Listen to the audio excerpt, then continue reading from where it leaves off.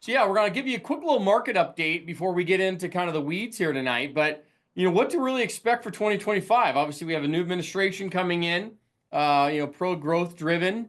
I do believe, unfortunately, the interest rates are going to kind of be sticky because even though the Fed is kind of dropping the Fed funds rate, you're seeing the 10-year Treasury, which is what both mortgage rates and commercial loan rates are based off of, and that has been sticky right around 4.5%. Today it was at 4.6, one of the highest it's been. So we got to watch that. But I have a feeling you're going to see interest rates kind of stay sticky for the loan side of it for all this year. I think mortgage rates for homes are still going to stay in the sixes and high sixes this year. Don't see it dropping too crazy unless something drastic happens. And then on the commercial real estate side, same thing. You can get a Fannie or Freddie Mac type loan. We can kind of get into that. Probably in the high fives right now to low sixes. And then other kind of commercial loans that you would get from a local commercial bank, somewhere in the low sixes to high sixes and low sevens. So that's just where the interest rates are at. So it's going to affect property values on these multifamily buildings because unlike residential, commercial real estate is based off of the financials. It's its own operating business. And when you have what's called cap rates and interest rates, cap rates going up and interest rates going up, the values of buildings and properties are going down. That's just how it works. That's the math. So we'll get into that here shortly, but just to kind of show you what's happening dynamically in the market, and I don't see it changing. There's enormous pressure right now. Just FYI, there's kind of like a quiet 2008 going on in the commercial real estate space. You have office that's getting butchered, and then you have multifamily where delinquencies are rising on a lot of these multifamily loans that were variable rate, right? They didn't get into fixed rate debt, or they're having to come to a call point in the end of the loan term, 5, 7, or 10-year loan, and of course they can't refinance it. So they're basically stuck. So they're having to work with the lenders to kind of extend things and work things out so there's not a massive collapse and you have a bunch of deals going back to the banks. The deals that are going back to banks that are distressed properties in the multifamily space are ones that were primarily done on variable rate debt that were, speculation type deals where you'd go in and you'd buy it here at a low value or low cap rate, renovate the property, right? Raise rents, the whole BRRRR method thing, and then refinance the property once you're done with the renovations and the construction. And that theory and thing in the model worked extremely well when rates were lower and stable. But now that rates are higher, deals that were done at the lower interest rates trying to refinance now at higher interest rates, it just doesn't work because the values have plummeted, probably 50% in some cases. So you're seeing a complete debacle going on, and I'm seeing it firsthand. So there's amazing opportunities if you're looking to buy this year, but if you're a seller, don't sell unless you have to, or unless you bought the property so long ago that it doesn't really matter, you're in a great position. That's why you're selling, okay? But I see people saying getting out of wholesaling, taking down some doors and scaling. Beautiful. So we've wholesaled, we've flipped homes, done all that. We still flip homes, right? Don't wholesale, but flip homes. The reason we flip homes is because of the active income, right? The greatest thing you can do, right? If you're a flipper or a wholesaler, if you're a wholesaler, you definitely want to flip. But you want to get into flipping mainly to take that short-term active income that's turning every 4 months, right? Because that's typically the time frame of a flip. And you take the active profits from a flip and you move it into multifamily because that's the true wealth maneuver. That's what we've been doing. Flip, multifamily. Flip, multifamily. Best thing you could do because that's going to allow you to avoid the short-term capital gains problems of taxes, right? Because when you're flipping houses, that's active income. It's ordinary income in a 12-month term. So you're going to get taxed pretty high on that. You want to take that and position it into long-term capital gains. And then there's tax strategies you can do when you're owning commercial real estate, offset it, wipe out your tax. That's how you do it. That's how the right people do it. We can talk about that.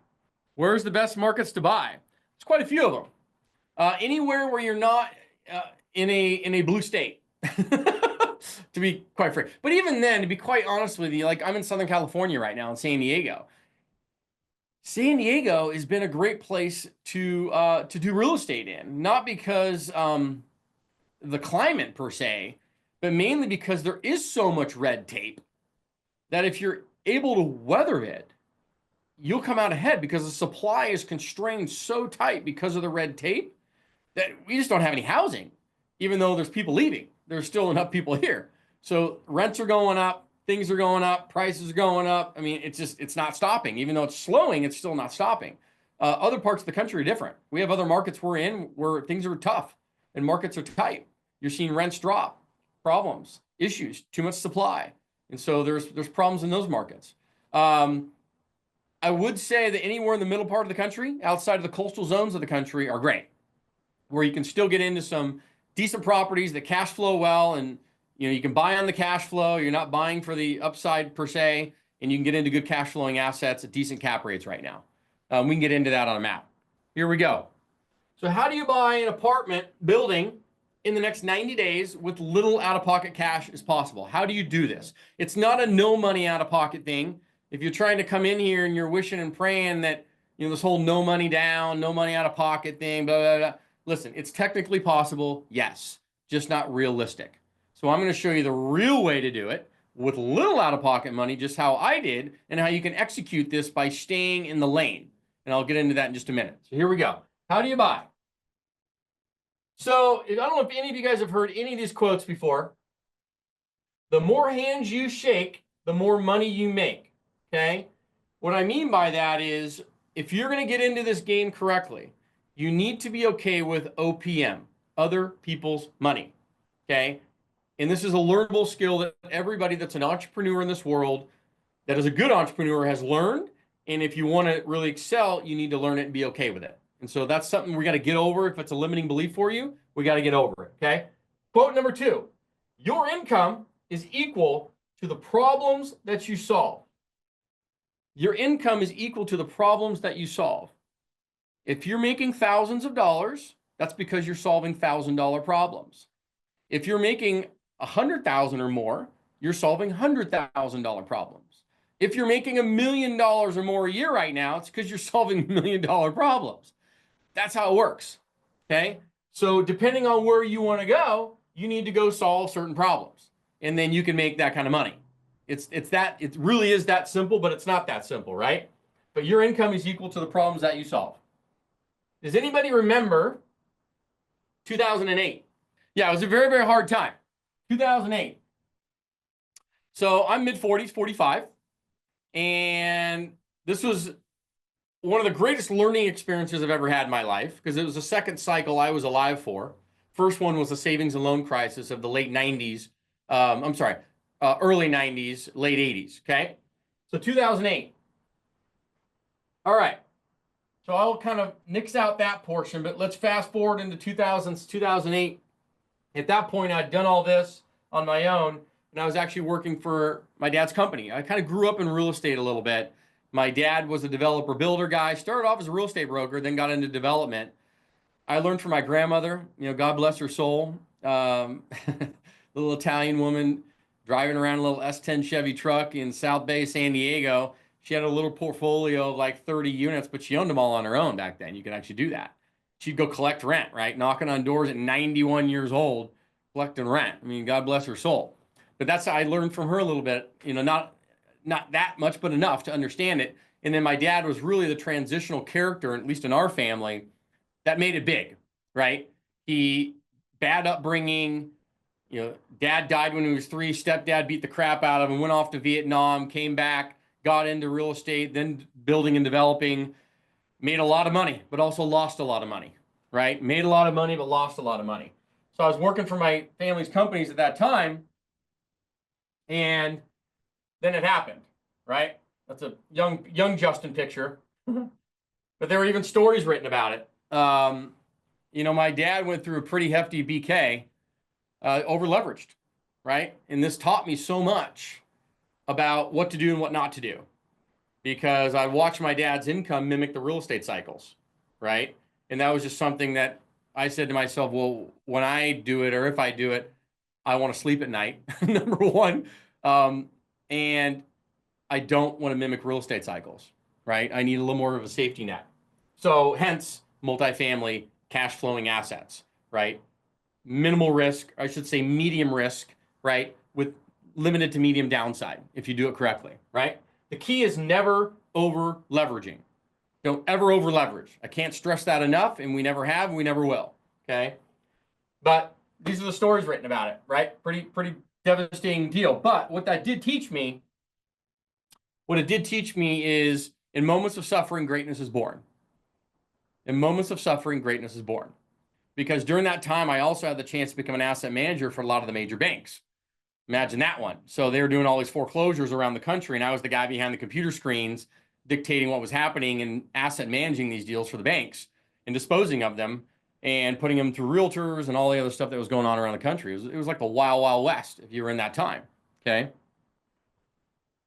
So what that got me into is I knew we had to buy property. I was getting clobbered financially, right? I mean, I just didn't have any money, like let alone, but I knew we had to buy property. So I became resourceful. And I want you to listen to this quote when I'm about to say this, because this is you need to understand this. You're either going to bring the check equity to these deals, meaning cash and money and down payment, right? Check equity, you can write a check. Or you're going to bring the sweat equity, which is knowledge, know-how, ability to execute. It's one of the two or both. And if you're lucky enough to do both, you're borderline unicorn, right? Congratulations, you're ahead of most. So 2010, I'm getting clobbered. I mean, I think I had like $11,000 in my name, right? That's how bad it was. But I went to a buddy of mine because I knew we just had to buy properties. I didn't know how or what or how we were going to do it. I just knew we had to buy it. So I went to a buddy, Chris, and I said, Chris, here's the deal. I can bring the sweat checks, sweat equity. I can find deals, analyze them, put them together, run it, manage, rolling commissions. I can do all of it. I just need check equity. I need somebody who can bring in the down payment and sign on our first loans, and let's rock and roll. We'll split everything 50-50. Boom. First deal, $100,000 condo in 2010. That's literally a picture of the front door. Okay? From there, 2018, 8 years later, we'd accumulated about 20 units, a bunch of duplexes, triplexes, fourplexes, stuff like that. Most of it with our own money, a little bit of investor money, but most of it our own, and about $3.5 million in assets. So we thought we made it big, right? We're like, man, we got 100% or almost 100% of 3.5 million, 20 units. Like, we're good. Let's just pay it all off and we're good. Well, in theory, that's not a bad idea. In reality, what we wanted to do is we wanted to scale and go larger, okay? This just wasn't going to do it. But I also learned at this time this beautiful thing called OPM and another term called syndication, right? Which that fancy term, by the way, when you hear syndication, syndicating, all that means is you're taking your money and putting it with other people's money and you go buy some real estate or buy an asset. That's all it means. It's just a fancy word, okay? OPM, other people's money. And the beauty of, hey, what if we could take our money, some of our money, in combo with other people's money in partnerships, maybe even other partners we've put in deal, and scale and grow? What would that look like, okay? So that's how you go from the 20 units in 2018, and just a few layers later, by scaling properly, we're at 685, actually 690 now, and over $180 million in assets. So I want you to understand how the beauty of OPM works and why you do this. We had 100% nearly of 3.5 million. It's great. Now we have 40% of 180 million. Simply by taking money from here, cash out refinancing, repositioning it, scaling with other people's money and ours in combination, and now you can scale up and boom, now you have a portfolio. Okay, now whether you're looking to get into your first deal, awesome. Everybody starts somewhere. Or you're trying to scale up, not a problem. Done it all, seen it all, been there, done that, can teach it, rock and roll, okay? But I just wanted you to understand my trajectory and where I've gone and what I've done, because I've probably done everything you're probably thinking of doing. And I can walk you through the ups, the downs, the chaos, the nuance of everything, okay? Because I've bled it. I've bled it, literally, okay? So, my BHAG. Does anybody have a BHAG, by the way? Do you know what a BHAG is? What I mean by over leveraging, Joe, right now in multifamily, because you'd asked a question in the chat, anything over about 75% leverage on an asset, I would consider over leveraging. Big, hairy ass goal. Close. Big, hairy, audacious goal. Hey, let's throw in the ass. That's fine. So my big, hairy, audacious goal is to get to 10,000 units and $1 billion or more in real estate. Okay? 10,000 units and $1 billion or more in real estate. You do not do that alone. So unlike other types of real estate investing where you can go solopreneur on them, multifamily, and this is why we've created the community, this is why we're doing things in a specific way we're doing them. Because I know that community collaborations and partnerships is how everybody is going to be able to execute it the proper way and grow and scale if they choose to do so. Because you're not going to be doing it alone. It's very difficult, especially in multifamily, where you're buying a 10, 20, 30, 50, 100 plus unit building, right? To do that on your own.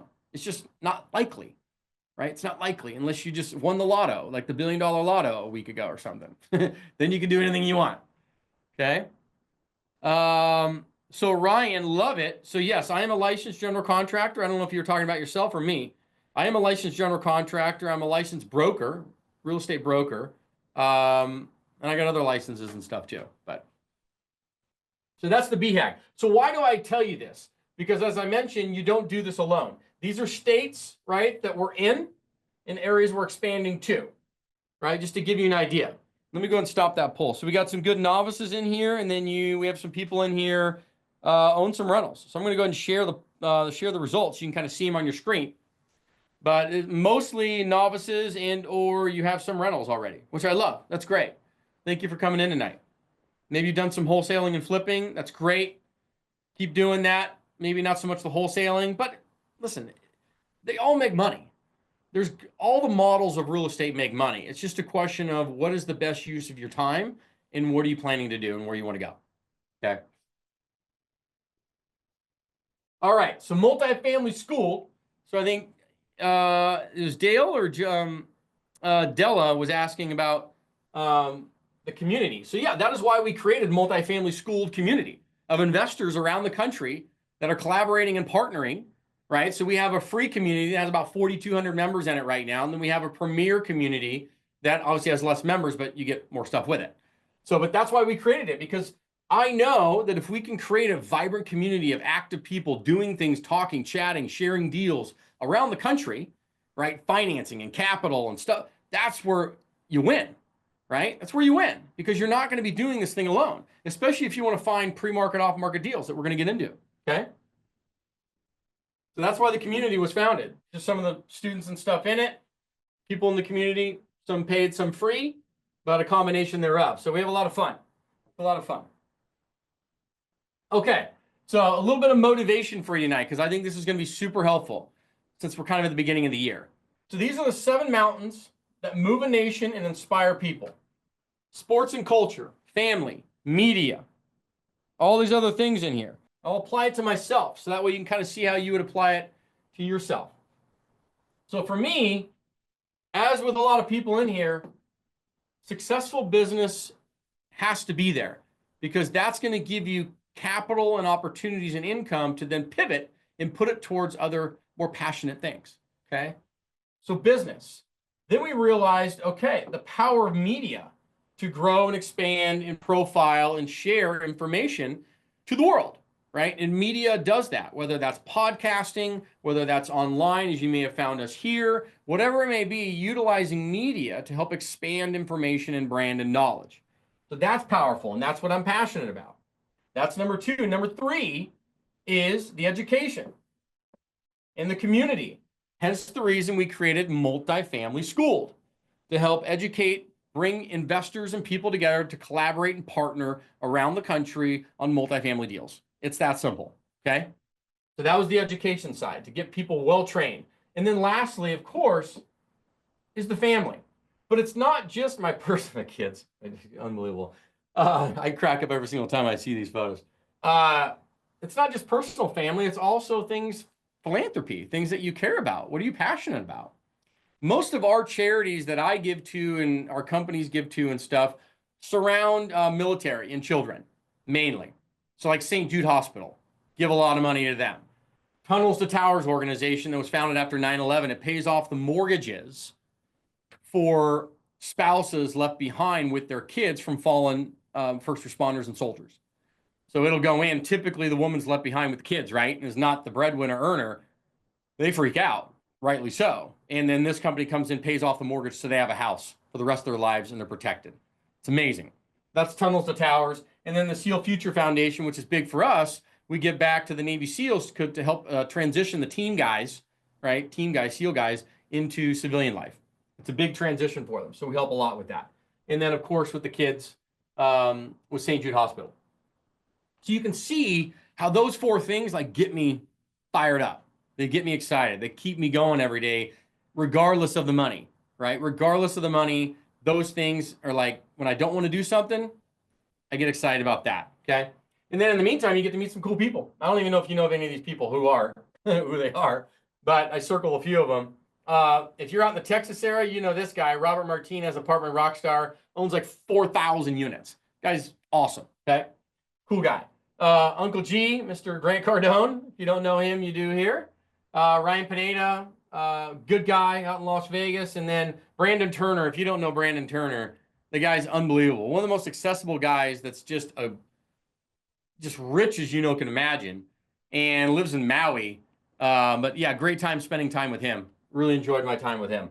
So you get to meet a lot of people when you get into the media game a bit. You get to deal with this stuff, which is cool. Okay, let's get into the nitty gritty. How to buy apartments. Because these are the 5 pillars, and I call it my Fast 5 method. These are the 5 pillars of how you buy an apartment building. And I don't care whether it's a 2-unit building, a little duplex, or you're buying a 100-unit complex. It follows the exact same pattern. You have to find the deals. How do you find good deals? Preferably pre-market. Not off-market. That'd be great. Pre-market. Okay? Secondly, how do you analyze them? How do you know if it's a good deal or not? If you see something, you're like, well, that's cool. But how do you know if it's a good deal? How do you know if it's a good deal? You have to analyze it quickly and be able to move on from it or not. How do you finance and capitalize that, both with debt and equity? Debt and equity. Equity is the down payment, your cash. Debt is the loan. How do you close on it? Make sure you're not getting yourself and other people into a money pit. Okay? Yep. So it looks like financing and capital. I'm going to go ahead and end this and share this with you so you see it. Okay? Financing and capital is the big one. Finding deals, another one. Analyzing. Pretty common. And that's what I love. It's like when I talk, it's amazing how everybody shares the same roadblocks. And it's consistent. And it makes sense. It makes sense because your first very important piece of the puzzle is finding good deals. Like if you're a great deal finder, like literally, if you don't even want to touch syndicating or dealing with funding or, renovating or owning apartments, fine. If you can be an incredible deal finder, come into our community. There's people that will buy your stuff. Not a problem. Like we'll buy it, bring it on in. If you have a great deal around the country, rock and roll. Come share it and you have like an open book to sell your stuff if you're an incredible deal finder. So that's a great piece of the puzzle, is being a great deal finder. So finding great deals, analyzing them, the financing, closing, and then managing. How do you manage these deals once you own it and do it correctly so that way you can produce great returns for you and your investor? Would a person be able to get financing from a bank for multifamily deal even if they don't have experience in multifamily? Absolutely. I had 0 experience when I got our first 27-unit multifamily deal. Because that was technically our multifamily. Everything else was duplexes before that. So, and that's residential financing, by the way. So 27-unit was our first larger kind of out of the, residential loan and property realm. And I had no multifamily experience. I'd never owned a building myself. So yes, to answer your question. Because remember, here's why we do it a certain way and why I teach it a certain way. Notice how I'm not telling you to go get a 50+ unit apartment building. Because if your question would have been, hey, Justin, can a person go finance a 50 to 80, 100+ unit apartment building if they have no experience? The answer is no way in hell. Okay? You have a better chance of trying to break into the White House tonight than get that loan. Because you know it. No resume, no experience. You're getting into a different realm. But when you're in the 10 to 50 unit space, 10 to 30 unit space, which is where we tell and focus and get everybody going when they start, it's bite-sizable, right? The size of the deal is bite-sizable, right? It's more understandable, less capital, less cost, everything, right? You're dealing with more mom and pop sellers who own these places, mom and pop brokers who are representing them. Lenders understand that most people in this space are new or newer. So yes, you can operate in there 100%. You just need to have some knowledge and skill sets before you go try and do it. But that's why people learn, right? Now, if you have no knowledge and know nothing, and you have never even watched a YouTube video on multifamily, then the answer is probably not. But you have to have some knowledge of how this works before you're going to try and pull that off. Otherwise, go buy a duplex, triplex, or fourplex, which you can do. And it's great stuff to do. But if you're trying to go into the kind of 5+ unit space, which is multifamily, 5 units or more, that's what we're talking about. That's what we're talking about. Let's do it. Okay, so these are the 5 pillars. So stay with me here. We're going to go through each of them. I'm not even going to brief on this, touch on this briefly. Creating wealth in real estate, asset, right? You take a real estate asset or any asset, you borrow debt against it, right? Both equity, it's not necessarily debt, but it's money against it, right? Then you get that thing to cash flow. So it's paying all the service on this debt and money. So you're getting free cash flow into your pocketbook. Then you do a refinance on it. You pull cash out. You still hold that asset and you move forward and cash flow it. So now you pull cash out, which is tax-free money, by the way, under the U.S. tax code. And then you still hold on to the property and you rinse and repeat. And that is the cycle of creating wealth in real estate. We get into this in great detail. I don't want to get into it in the weeds tonight. We'd be here for 4 hours. But that is kind of the cycle of how you create wealth, okay? Okay, why multifamily? The greatest thing about multifamily, and I don't know if anybody's ever explained it to you this way, you get paid 5 to 8 ways while you own the building. Did you know that? Did you know that you're going to get paid 5 to 8 ways when you own the building? Curious if anybody's ever told you that, if you ever heard that. Okay, so that's one of the greatest things about multifamily. Economies of scale. I had a buddy the other day, he bought 10 single family homes in Georgia. And I'm like, oh no, 10 family rentals. And I'm like, hey, congratulations, awesome. He's super excited about it and he'll probably do very well. But I said, John, just don't do that again. I said, if you're ever thinking about doing that, let's talk. Because I said, I understand why you did it the way you did it. You just don't know any better, number one, and or the thought of buying a 10-unit building scares the crap out of you because you just don't understand how it all gets put together. But I said, we can talk about that the next time, okay? We're gonna get you a 10-unit building next time because you get economies of scale from repairs and maintenance. You're not dealing with 10 different properties, 10 different lawns, 10 different yards, 10 different roofs, 10 different mortgages, 10 different this, 10 different that, right? Think about it. If a tenant moves out of your single family rental, you go from 100% occupied to 0% occupied overnight. You go from revenue to no revenue overnight, okay? One person moves out of my 10-unit building, I go from 100% occupied to 90% occupied. I'm still paying all the bills, the mortgages, everything, and sleeping just fine. That's why you do it, okay? Easier to finance. So when you go buy a home, for all those who have bought homes on here, in the bank, you go get a loan from a bank, what do? I mean, they give you a cavity search, right? Give me everything you can fathom. I want to underwrite you personally and make sure you can pay us back. That's different. When you go buy a commercial real estate asset, the bank is looking at the property and the financials of the property to substantiate the loan. You're secondary in the process. I mean, as long as you're not a fraud and you don't have like 500 credit, right? Give me credit 600 or above and you're cool, literally, and you're not a fraud, right? And you have a property and a deal that makes sense. You're likely getting a loan, okay? Likely getting a loan. Generational wealth. Everybody talks about it, but this is stuff you pass on to families and generations, okay? I want everybody to chime in here and answer this question. Do you think it's better to go through brokers or go direct to sellers? Direct to broker or direct to seller? Which one? Keep in mind, if you're in your position that you're in right now, where you have probably limited time, you either have a 9-to-5 job based on everybody talking tonight, right? Or you're an entrepreneur, but you're paying the bills doing something else right now. That's the point I'm trying to make. And you're trying to make this business opportunity change into multifamily. So with that in mind, which direction would you go? Okay, answer is broker. This is how it works. No different than how I got started. I think our first multifamily was 2018, okay? Here's how it works. Because I had limited time. At that time, I was a residential real estate agent selling luxury homes in Southern California, doing quite well, working 10-hour days. Come home, right? Had to make the bills, had to pay the money, take care of the family, right? Come home with the family and the kids and everybody. They go to bed around 8, 8:30. Daddy's on the computer searching for deals, and our first ones were in Kansas City, Missouri. So I could have started mailing out to sellers, getting seller lists, picking up the phone, sending text messages, spending thousands of dollars on outward marketing to try and get a seller to say, hey, I'll sell you my property. That's option A. Takes an enormous amount of time, an enormous amount of money. You can do that if you have that.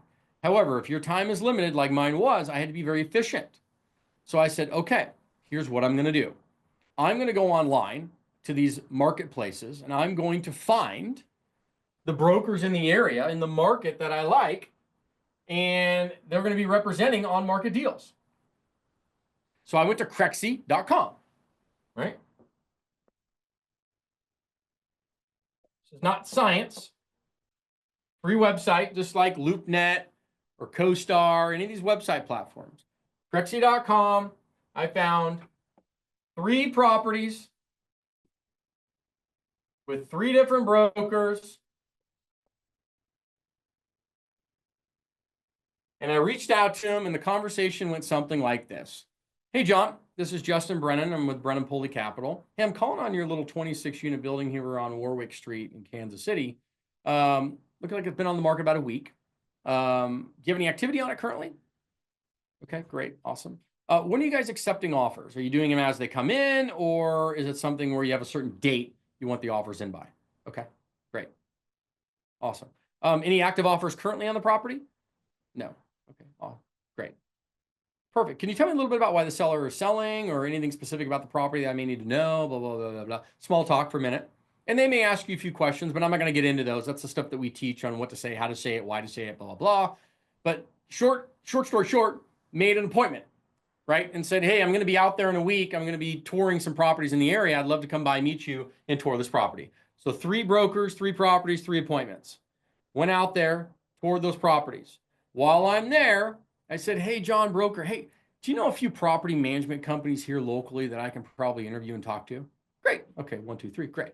Now, went to the property management companies. Hey, property management 1, 2, and 3. Do you know any construction renovation guys? Who works on your other clients' properties to renovate them and do work on them? So you see what I'm doing there, right? I have network on the ground now with the brokers who have pre-market deals, by the way, because none of those deals that were on market made any financial sense. Very rarely do they. The stuff that's on the website sucks 9 times out of 10, right? You'll underwrite it and you're like, these guys are pie in the sky. It doesn't work. That's not the point, right? You either negotiate that down or you leverage those to get access to their pre-market inventory. And the reason why, okay, the reason why is because in these deals, okay, in terms of on to off, right? On to off, you understand the percentages. So if you were to take 100 deals on the market, okay, this is how this works. 40% are on the market, 60% you'll never see. So these websites that I'm talking about, that's only showing you 40% of what's actually for sale. You're not seeing this because you don't have access to goodwill amongst the brokers, so they send you that stuff pre-market. I just got a 400 unit slipped across my desk pre-market the other day that I'm evaluating as we speak, right? Because I built the relationship with the broker a little bit over time, and bada bing, bada boom. And they just send me deals pre-market, usually a few weeks before they go live. And that's the first look, as they call it. And the deals will sell here. And if they don't sell here, the broker pushes them to the on market where they try and go find a chump to overpay for a property. And that's how the game works. And if there's brokers on here, you know it. Okay? So that's how the game works. So the key is to try and get it here in a pre-market phase before it may be hitting the masses. Okay? Beautiful. So that's how you find deals. Make sense? Any questions on that? So let's get into step 2. Remember, number 1's finding good deals, but that's the process. Use on-market brokers, get access to pre-market deals. Obviously, there's nuance in that we can teach in the community and blah, blah, blah, but just to understand the high level, okay?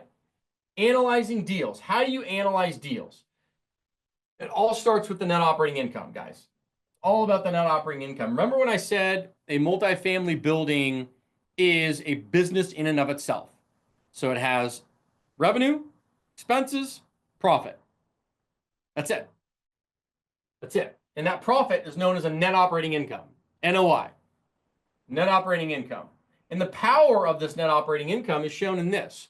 For every For every $1,000 a month, you can boost the net operating income, this number, the profit in that building. You're adding $220,000 in value to that building. Let me repeat that. For every $1,000 a month, you increase the profit and NOI, net operating income on a building. On average, you're increasing the value $220,000. I don't want to show you the math right now, but just trust me. Trust me. I'll break it down in just a minute. But just generally speaking, I'm going to hold on real quick. Go to this. I want to break this down. Okay. So this is a basic P&L statement, profit and loss statement for any kind of rental income property. So you have gross income, gross rents on the property. Then you're going to take out what's called economic loss. This includes vacancy, what's called loss to lease, bad debt, concessions. These are all things you learn. Trust me, remember the skill sets we talked about? These are all things you learn. Very valuable. And then you're going to add in other income. This could be pet income, parking income, late fees, admin fees, other things on the property you generate money from. And that gets you to a sub number here. Then you take out all of your expenses. This is property taxes, insurance, property management fees, repairs and maintenance, other things on the property. Okay. And that gets you to this beautiful number we talked about, net operating income. And a value of any building. So when I talk about if you boost the net operating income, you increase the value of your property because the value of your building equals the net operating income divided by what's called a capitalization rate. I won't get into, if you don't know what cap rates are, not a problem. To teach you that, easy. But I don't want to get into the weeds too much tonight, okay? So that's how that's established. Cap rate, this is the formula for cap rate. Now, NOI is before you take out your loan, right? It's your kind of your pre-profit number because then you take out, everybody has different loan terms. So that's why they don't include that right in it. Okay, and that gets you free cash flow that you actually put in your pocket. And then you get the cash flow. So that is your basic profit and loss on any rental income property. And this goes for a duplex all the way up to 100 plus units. Okay, that's it. Now, there's a lot of line items in this, and they can get all detailed and stuff, but we get into that. But this is kind of the basic breakdown, okay? So what makes up a good deal? I get asked this all the time. What metrics would I be looking for? So when I see those metrics, I would know whether it's a good deal or not. And you may be saying to yourself, what in the world are those numbers? So, okay. So IRR stands for internal rate of return. It's a metric for kind of annual rate of return. Talks about the velocity return on your money. If you can get 14 to 20% per year on your money, that's considered a pretty good deal. COC is cash on cash. If I give you $1, what do I get back on that? Cash on cash. If you can get 6 to 10+% per year on your money, cash on cash, good deal. Equity multiple, meaning if I give you 100 grand, how much money do I get back? So in this case, if I give you 100 grand and you can give me $180,000 or more, good deal. If it's less than any of these, not a good deal. So that's how you would know whether it's a good deal or not. If it meets all of those metrics, all of them, not like 2, not 1, not like, oh, it kind of meets this one, but not, no, all of them. It's a good deal. Give or take, okay? That's kind of where you're sitting. And I say this is like a baseline, right? It should be more. This is a baseline. So remember when I was saying like you make money 5 to 8 ways in multifamily? I'm going to show you them right now. So here's what's cool. When you go buy, say, a 25-unit apartment building, and you do it with OPM, meaning your money in conjunction with other people's money, you get certain fees. You get what's called an acquisition fee, paid one time at the beginning when you close escrow, 2 to 3% of the purchase price. You also get what's called asset management fees. This is different than property management. This is an asset management fee for you managing the managers. It's paid monthly to you based on 1 to 2% of the revenue produced. Then you're going to get about 30 to 40% of the cash flow monthly, 30 to 40% of the profits, usually when you refinance and sell. Then you're going to get your percentage of the tax write-offs and benefits against your income. Then if you're going to do renovations on the property and improve it through renovations, you get paid a construction management fee. Then when you go to sell the property down the road, when that happens, you get also what's called a disposition fee. This is optional, but can be there for you. Then on top of that, if you just are a good deal finder, remember I talked about being a good deal finder? Literally, if you did not, I mean, you can become a wholesaler of multifamily. There are people that do this, that we buy deals from all the time in our community too. And we have people out there finding deals to do just this. If you're a great deal finder, you can get paid 1% of the purchase price typically, and you get brought into the ownership of the deal. You can, right? This can get negotiated, but just understand, generally speaking, if you're a great deal finder and you can present a great deal to someone and that's pre-market, off-market, great deal, whatever it is, you can get paid a fee to do that, and you can be brought into the ownership of the deal. So those are the 8 different ways. And there's actually more ways than that, but that's the 8 very, very, very standard ways, okay? Not unique. And then kind of how do these fees and stuff break down? Because people want to know, like, what is it worth to me? Trust me. You don't, remember when I said your income is equal to the problems that you solve? Income is equal to the problems that you solve. So when you do multifamily, you're solving $1 million problems, right? When you solve $1,000 problems, you make thousands. When you solve $100,000 problems, you make hundreds of thousands. When you solve $1 million problems for people and yourself, you get millions. That's how it works. Go solve $1 million problems, you get paid millions. So at the purchase of the property, here's kind of where your finder's fees and acquisition fees come in. Then you're getting kind of your monthly cash flows. And then you get, year 1, year 2. And then around year 3, you can do a refinance event. So you get some cash out here. And then you're getting your monthly cash flows, asset management fees, all that other stuff that's coming in here. And then you go just like sell the property, you get your disposition fee plus all your profits and stuff here. So that's kind of timeline wise how everything would break down in when and how you get paid. So you're getting pops multiple different times. If you go flip a house one time, right? You put all your money in, you wait until you flip it and sell it, and you get your big pop at the end. Great, it works. Active money, and it turns every 4 or 5 months. Wholesaling, you get your assignment fee, boom, boom, boom, you're in and out pretty quick. So but you're only getting paid one time, but you're also solving $1,000 problems, right? I mean, when you're wholesaling, you're solving $1,000 problems. So you got to stack a lot of those wholesales, right, to make a lot of money. No, when you go flip houses, you're solving $100,000 problems. So you're making good money, but you got to stack a lot of those to get to the millions, right? You go solve multi-million-dollar multifamily problems, one deal, boom. That's why you do it, okay? That's why you do it. So let's talk about the biggest part that people get stuck with.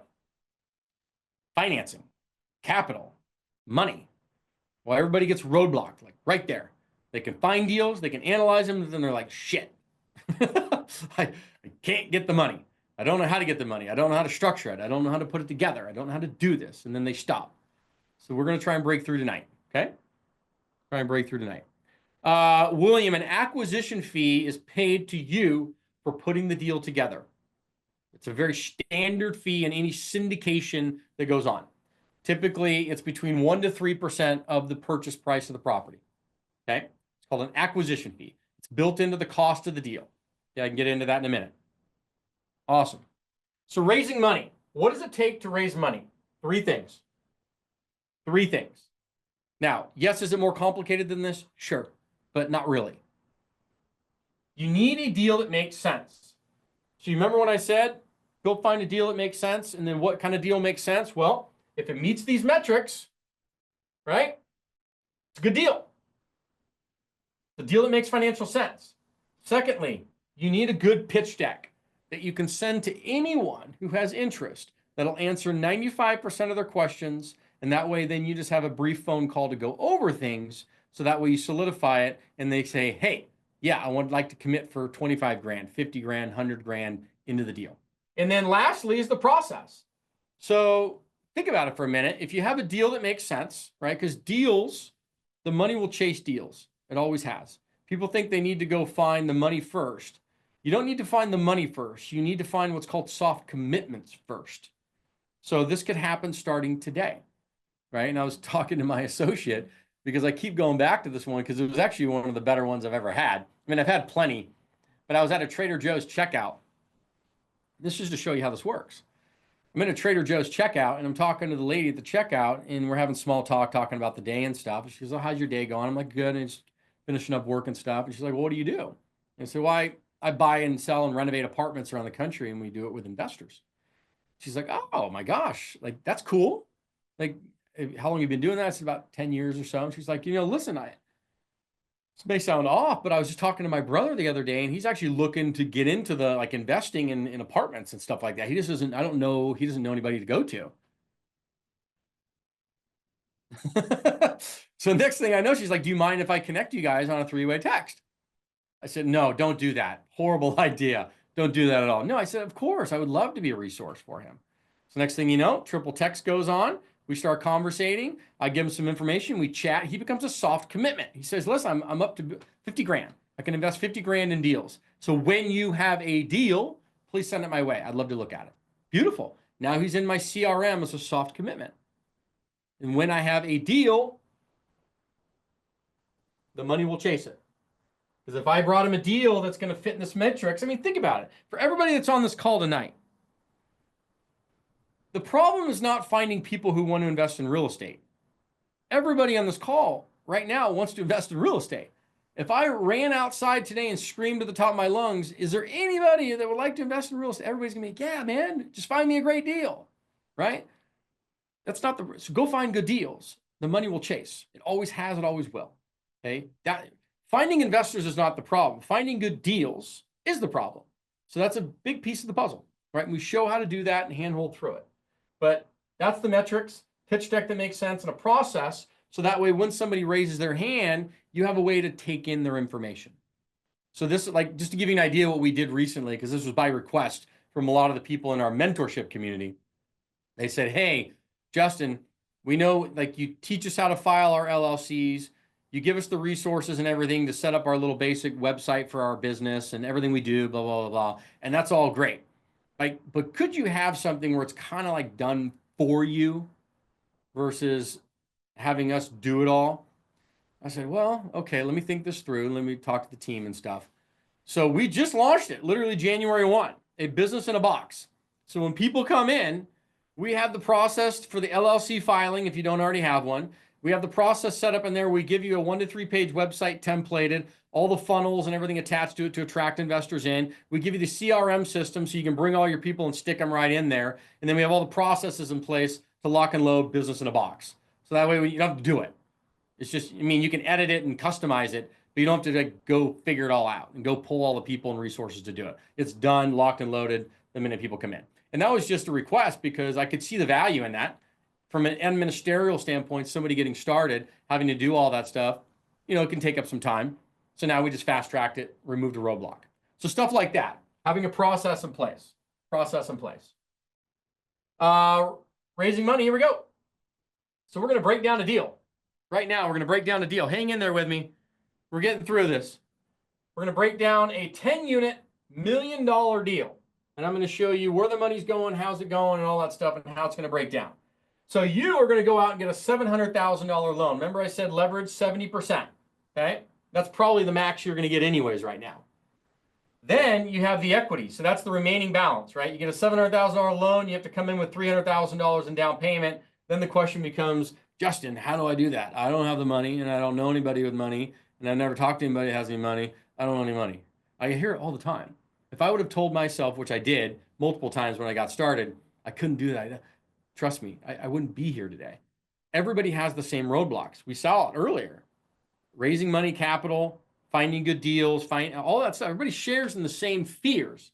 Trust me, if we can help you find good deals, provide the tools and systems and processes to bring that money in when people say, "Yeah, I like it," the money will find you. The money will chase the deals. It always has, okay? So $1 million deal, $300,000. Let me show you how this gets done. You, as the general partner bringing the deal together, you're going to bring in about 10% of the money. That's $30,000. 300 grand, 30,000. 300 grand, 30,000. That's 10%. Then the 90%, which is about $270,000, is going to get raised. This can be raised through private lenders. It can be raised through our community. It can be raised through friends and family. It can be raised from Hojo Blow down the street. Doesn't matter. There's all different kinds of ways to raise capital. Okay, there's seller financing. There's creative financing. There's different ways to do it. So don't ever let yourself get bottlenecked here. Because remember, raising this 270 is easy if you have a deal that makes sense. Raising this 270 is really hard if your deal sucks. Okay? If your deal sucks, raising money is hard. If your deal's good, raising money is easy. If you have what? Deal, pitch deck, process. So that's that. Now, here's the cool thing. Remember I talked about the ways you get paid? So you're going to get an acquisition fee. You're coming in with 30 grand, but at the close of escrow, you're going to get 20 to 30,000, literally, Peter to pay Paul back. It's going to come out and pay you. So you wrote a $30,000 check into the entity. You're getting a $20 to $30,000 acquisition fee back out. So how much are you out of pocket? Not much. And this is not unique. Very, very common. Okay? And the reason why you get paid that, whoever's asking, is you're going to work your ass off. You're solving $1 million problems, guys. So you're going to work your ass off to go make this happen. Therefore, you should get paid handsomely. Not little, handsomely. Otherwise, you don't do it. It's not worth time. Right? I'll go sit in a cubicle in my 9 to 5, and I'll try and retire at 70. Otherwise, work your butt off, stuff happens. So how would you structure that deal through an LLC, single property LLC? You are the general partner in the deal. That's GP. Limited partner is all the other people, other people's money. You're 30,000, okay? That's what you're putting in. That's 10%. You're going to get about 30 to 40% of the deal. The limited partners are bringing in 90% of the money. Let me blow this up for you. 90% of the money, and they're going to get about 70% of the deal. They also get what's called a preferred return. We'll get into all that in detail, but that's not for tonight. That's kind of like preferred money that comes out to them first before the profit splits of 70-30. Okay?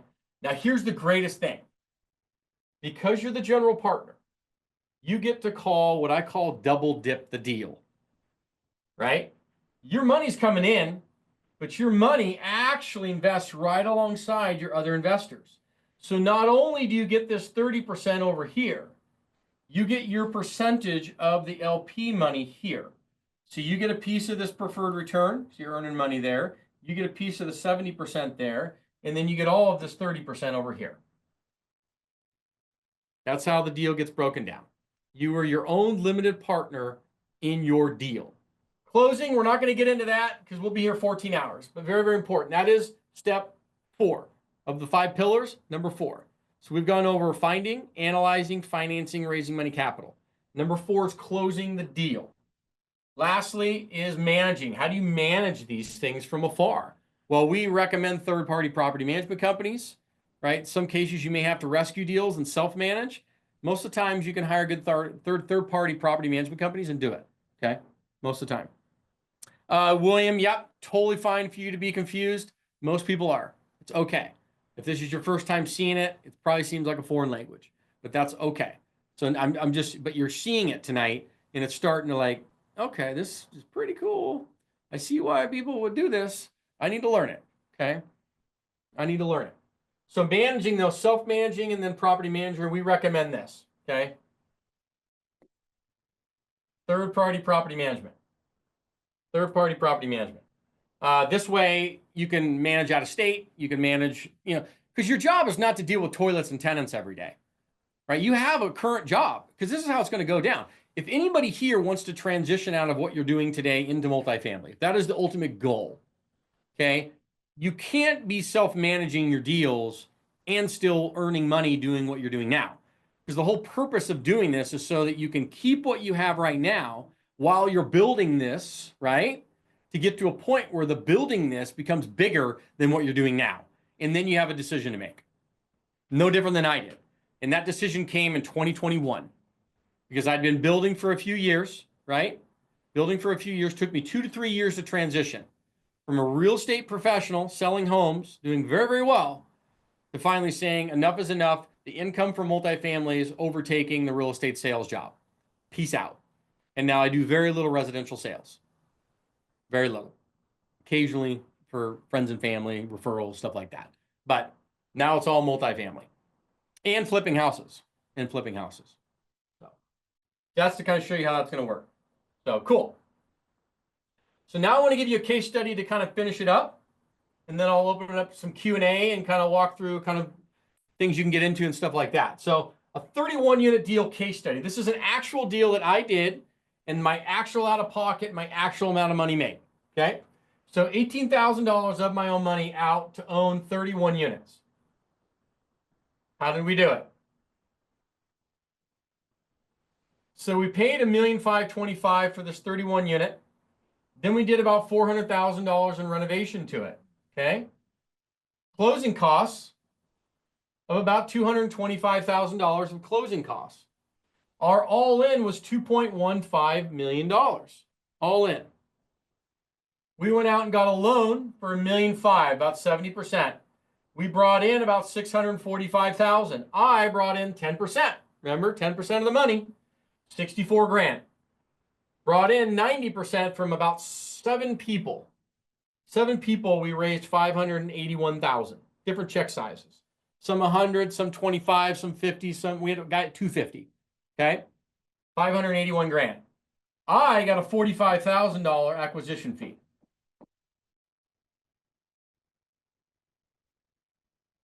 I think that's 3%, if I'm not mistaken.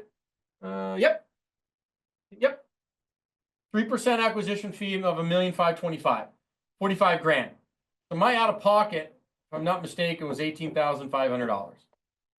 Out of pocket. 64,000 went in. I'm earning money on it. Remember, I'm double dipping on the deal, earning all these things, and I physically have out of pocket $18,500, and I have control and ownership of a 31 unit apartment building, multi-million-dollar deal for $18,000 out of pocket. Must I say that again? And this is not like rare, right? This is pretty, I mean, I could go on with 5 other deals right now about this, right? That's the whole point of doing this, setting it up, becoming a general partner and doing these things is you work your butt off, you get paid handsomely. That's the whole point. So what did I make on that? So we were blessed on this particular deal. So this was the uniqueness of this deal. This is probably the only uniqueness of this. We were able to take the value of that building through renovations from $1,525,000 up to $3.6 million in 24 months. By renovating all the units, renovating the property, boosting all the rents, reestablishing it, we got a new appraisal at $3.6 million. We did a cash out refinance of 100% of our money plus money on top of that. So we gave all of us and our investors our money back in 24 months, plus we gave ourselves money on top of that, right? And now we're writing with house money. I have no money in the deal, and I got money out, and it's tax-free because it's a refinance on a loan, okay? Now I'm getting paid an asset management fee paid monthly. Plus I'm getting 40% of the cash flows coming out monthly. So $2,000 a month times 5 years, that's $120,000. Net profits on the deal, $470,000, my percentage. So on $18,000, I made $590,000. You know, and that's not crazy outlandish, right? It's not crazy outlandish, okay? The only crazy part of this was the value creation here. Because normally it may go up maybe $2.5 million. So we just got lucky with that one. No. William, I put 64 in. I got a $45,000 acquisition fee when we closed the escrow. It's all built into the closing cost. So your acquisition fee, because that was another question people asked, where does the acquisition fee get paid from? It gets paid from right here. So if that's answering your question right now, where does the acquisition fee get paid from? It's built into your closing cost of the deal. That 45K sits in that. So when we close escrow, the entity's paying me 45, 64 went in, $18,000 out of pocket. This is an incredible avenue to go down. And you can get tons of free paid resources, plenty of them online, YouTube. We have plenty of free resources and education and stuff you can learn from, free community for you to come into that's basic and generic for you. Just depends on what you're looking for. But let me ask you this question for all of you here tonight, because here we are at the beginning of 25. If you've made business plans, resolutions, what you're trying to achieve this year. But if you could come in and have a business in a box between the LLCs, websites, business websites, CRM systems, and a lot of that stuff set up in the back end when you came in, boom, done. Sourcing deals and helping you source deals, sourcing the financing and capital. If you had 1031 exchanges that you needed to handle and take care of, or you need stuff in that, you have deals. Maybe you're a great deal finder and you just want to come in and be a great deal finder and sell all your deals in the community. I mean, people do that. And then, are you looking for mentorship? Because we have that. And I mentor you, not some random hired coaches. Okay, the one thing that I was adamant on when people approached me and they said, hey, do you actually mentor and coach and teach us stuff like on a basis? I said, well, no, but if we did do it, I would want to make sure I'm heavily involved, because what I don't want is what I see elsewhere. And that way they kind of pawn you off to like a student who did like one deal and all of a sudden now he's a coach and he wants to teach you how to do multifamily. It doesn't work, right? This is a complex subject that's worth learning. But once you learn it, once again, you're trying to solve $1 million problems. That's why you're doing it. Because if you learn this stuff and you learn how to solve $1 million problems, you get to make millions of dollars. It depends on where you're going and what you're trying to do. But it's all achievable, okay? So yes, I mentor you. It's not random hired coaches. You get a success coach for accountability, community partnerships nationwide, which we do, and it's a lifetime community. Once you come in, you're in it, and it doesn't sunset or end. Yeah, find the deals. Yeah, so William, that's part of it, right? You're going to be utilizing the on market to get to off, on to get to the off. And we teach this process, right, of brokers. How do you build the relationships? How do you actually physically go do this? No different than I did. And I went over it and gave you the case study of how I called and set up my first deals and found them, okay? You have to get access to the pre-market deals. Those are the ones that make sense. That's where most of the deals are transacting. That's where you go. The reason you're not finding good deals is because you're not doing that. If you made those relationships and you followed that process, you'd have deal flow. I get 45 emails a day of pre-market deals coming through my inbox because I've taken the time to build those relationships where I get access to the pre-market deals. But it takes, you got to do it. You got to do it. But that's how that works. Okay, cool. Why this even started was because I had people coming to me a couple years ago and they said, Justin, we see everything that you're doing. We love it. Like, can you teach this stuff? And initially I said no, because I'm like, I'm just too busy. I don't have time. But then I said, let's put some courses on demand that people can take at their own pace and just kind of learn at their own pace. And we did that and people loved them. But then people came in further and they said, Justin, we love this stuff. Like, but I really want like hand-holding, like mentorship, something that I can actually like go through, have access to, talk to, go through deals, walk me through this so I can execute. Like, do you do that? And I said, well, I don't do one-on-ones. I don't have the time. And if I did, it'd be very expensive. But okay, let us think about it. So then what we did is I said, well, here's the only way I would do it. I want to create a community of well-trained investors around the country who we've helped train, who are doing deals together, collaborating and partnering on opportunities around the country, who then, by law of reciprocity, if they get into their first 2-3 deals that are 10, 30, 40 unit deals, you're going to be super happy. And then you're going to be like, holy crap, this thing really works. And then the next step is, well, why don't I do a 50 unit or 100 unit? Because that's like what people do. Well, great. Then you're going to say, well, I can't really take that on alone right now. Beautiful. Bring it to the community. Bring it to us. We can partner with you on that. And there we go. So that grows our portfolio. That grows your portfolio. Everybody wins. Everybody gets rich. That's why this was created. That's the whole process and intent behind it. Because as I mentioned before, I am trying to get to, you do not do that alone. This does not happen by me trying to go solopreneur. This happens by our partnerships and our teams and people collaborating community around the country, because we get to see deals we otherwise would never see. We get to help you get to where you want to go. By doing so, everybody wins. That is what it's all about.